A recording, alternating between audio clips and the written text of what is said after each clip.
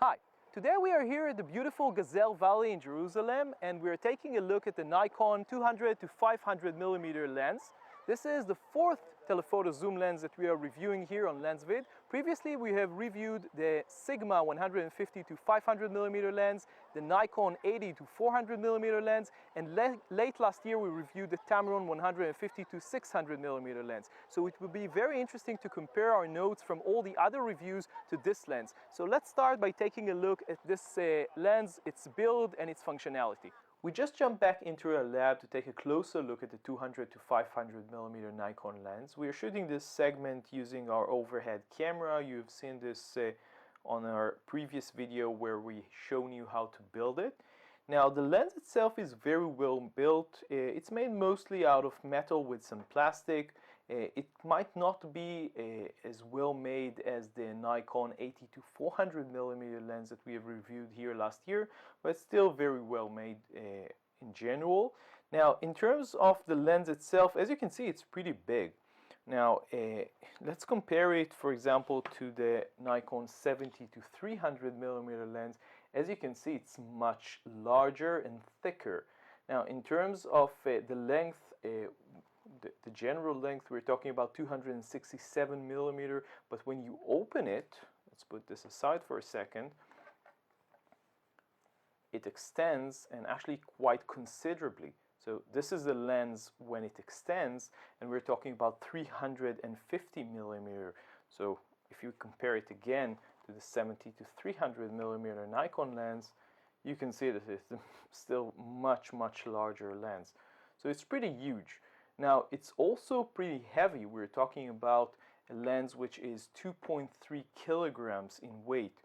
So this is quite a heavy lens. It's actually heavier than any other comparable lens that is currently on the market, maybe except for the Sigma Sports 150-600mm lens, which is closer, I think, to 3 kilograms. So it's much heavier than this one, but all the other lenses are below 2 kilograms. This is more, and you can actually feel that.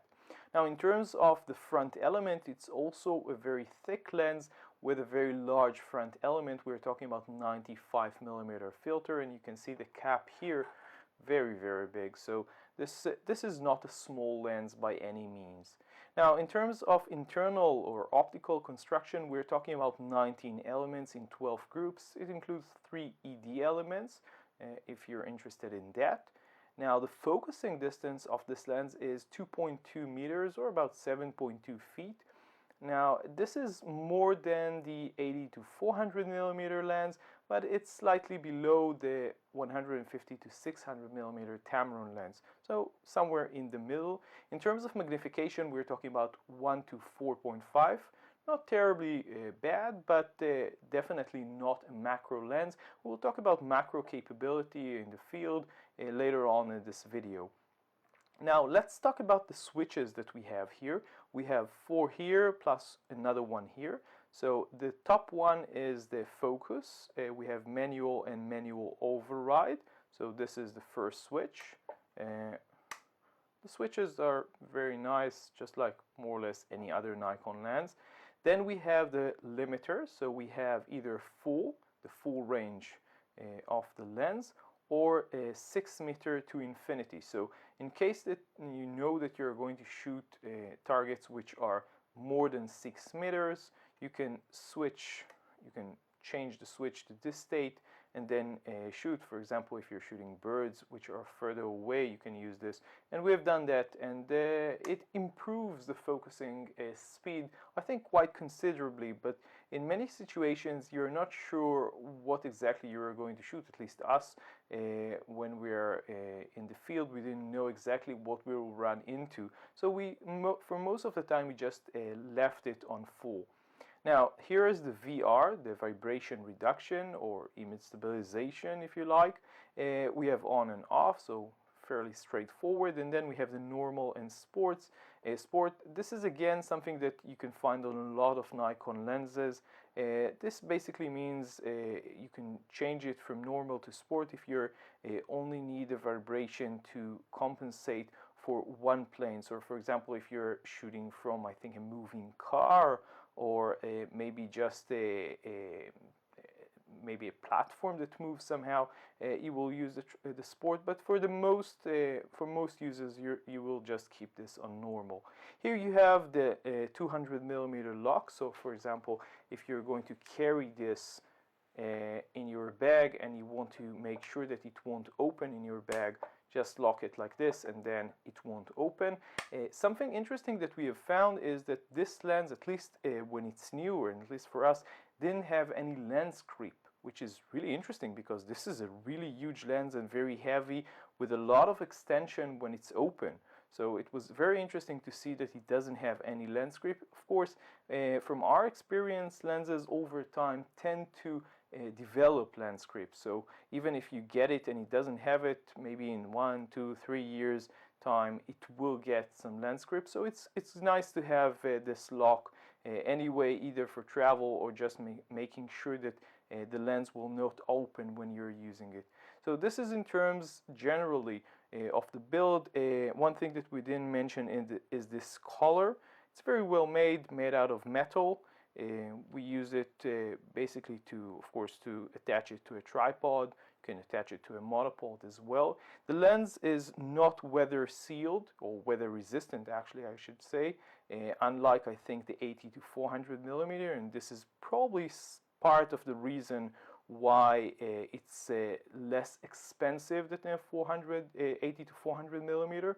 Now another thing is of course the rings. Now the zoom ring is very well made actually. It has very good resistance. You can see it in here. Very well made, opens nicely.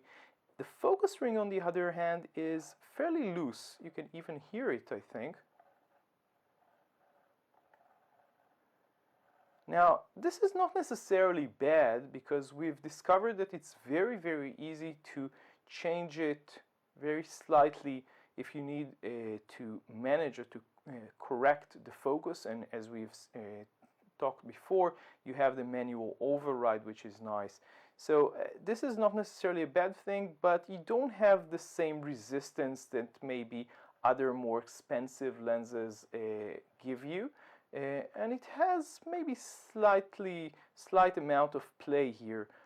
But again, you know, this is a less expensive lens than the 80-400mm, and obviously the more professional telephoto lenses from Nikon. So this is to be expected, but maybe in terms of design, this is the only drawback that we have seen, and of course the weight that we will talk about later on in this video. So from here on, let's jump to talking about the actual performance of the lens.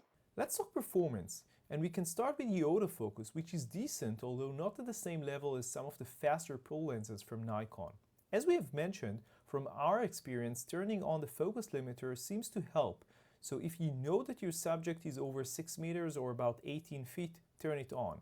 Focusing speed is of course dependent upon the camera as well as the lens. We use the Nikon D7200, but it will be very interesting to try this lens with the Nikon D500 and see how it performs. Let's move on to the image stabilization, or as Nikon likes to call it, vibration reduction. On the 200-500mm lens, Nikon implemented a 4.5 stop VR mechanism, which we discovered to be very effective. Long telephoto lenses are not meant to be used at very slow shutter speeds, so we didn't test it in this way. However, since the lens is heavy, our hands got tired and shaky very quickly, but we still got a decent hit rate, which we think is a testament to the quality of the VR. Compared to the Tamron 150-600mm lens, which has an annoying jump in the viewfinder when the VR kicks in, the 200-500mm Nikon is far superior, with no jump in the viewfinder and much better overall performance. Now we can move on to what most of you were probably waiting for, image quality. Let's start with sharpness. You can see a comparison we did with the closest lens that we had available at the time of this review, the Nikon 70-300mm lens.